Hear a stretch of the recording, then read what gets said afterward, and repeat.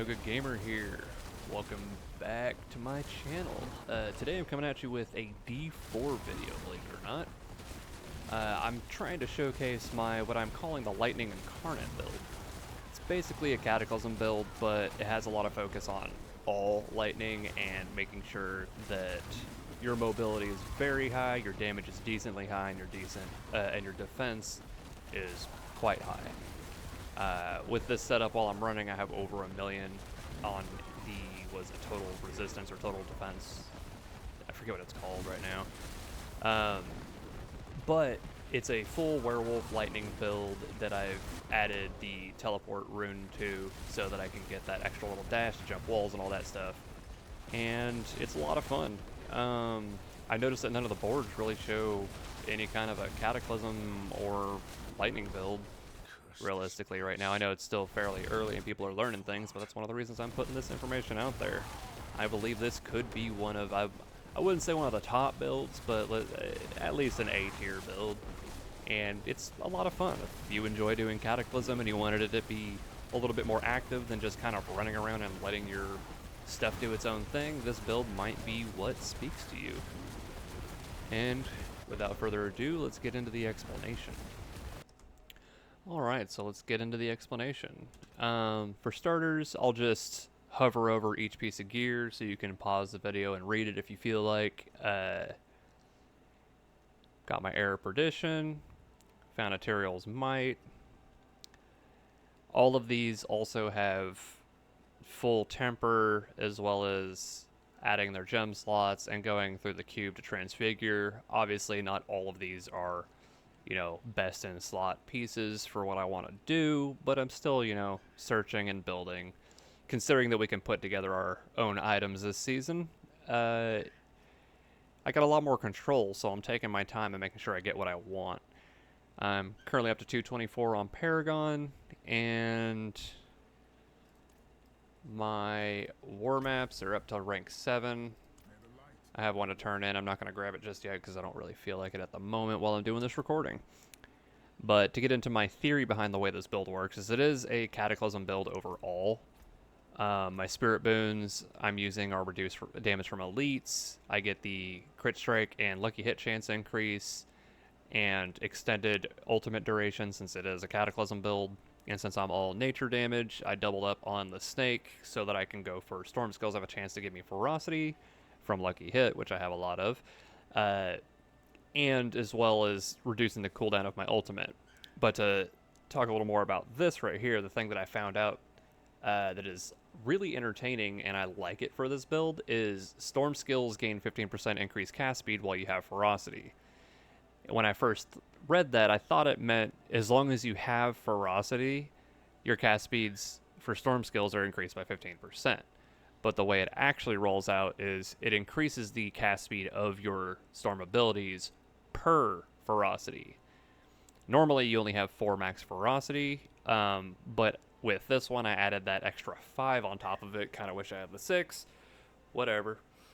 The way that ends up working is this, if I start it off, you can see it'll bounce back a little bit before it casts again, and just listening to it you can hear it dome, dome, dome, dome, dome.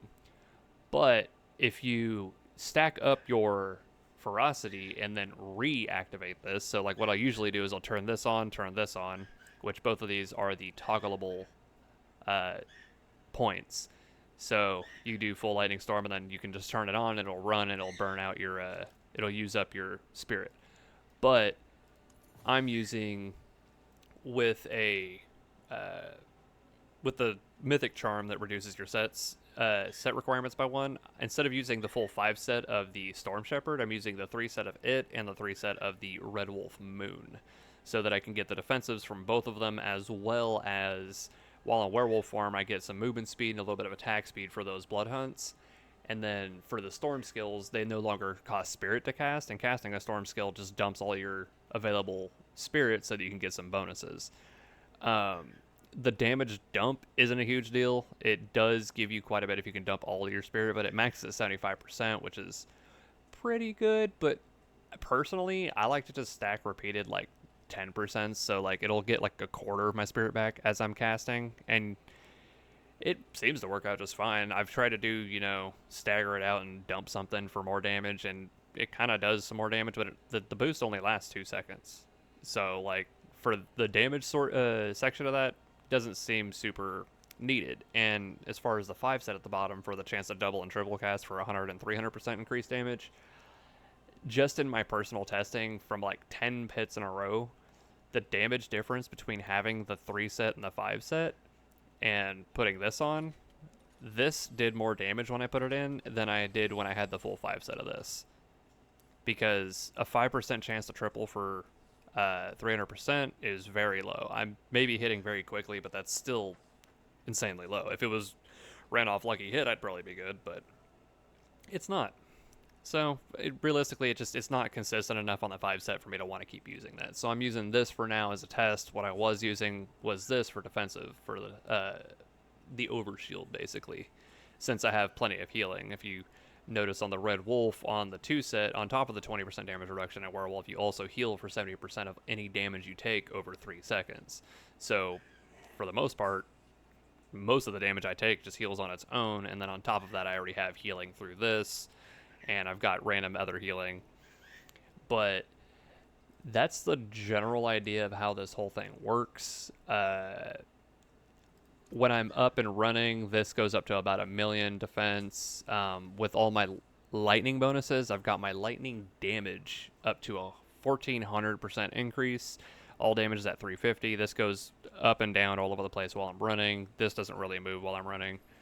I'm trying to find some more stuff for like adding poison damage. Like I need to rework my rings, my boots I'm still kind of figuring out.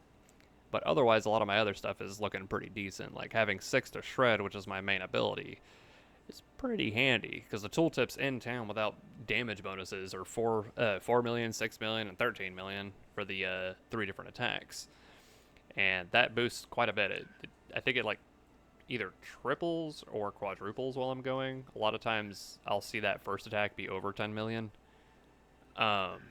And with those being crits and stuff like that, I see a lot of crits at like 700-800 million. So my damage is fairly decent. But that's my short little showcase for how I am rocking what I am considering and calling my Lightning Incarnate Druid. It's Cataclysm, but more. Focus is definitely more on Shred and Lightning Storm. Cataclysm has a boatload of damage that comes with it, but a lot of my damage from that is a lot of just increased damage because I have my ultimate up, to be honest. Well, I'm going to keep working this one up. I'm going to be pushing further. So far, the highest I've been able to do in Pit is a Torment 10. Well, it was close to a Torment 10. I just unlocked Torment 10 in my stuff here. But the last one I did, I believe, was a 75. And it was fairly easy, just kind of a bit slow. This build has a lot of defense, so you can usually last out the majority of it while you're climbing, and if I do run into more defense issues, I can always swap this back in to lower my damage and just kind of slow it down a little bit. But I'm hoping I don't need to do that. Well, if you like my build, if you want to try to do it, or you just want to see more of this content, then go ahead and leave a comment down below, like, and subscribe to see more as I come out with more. And on that, deuces.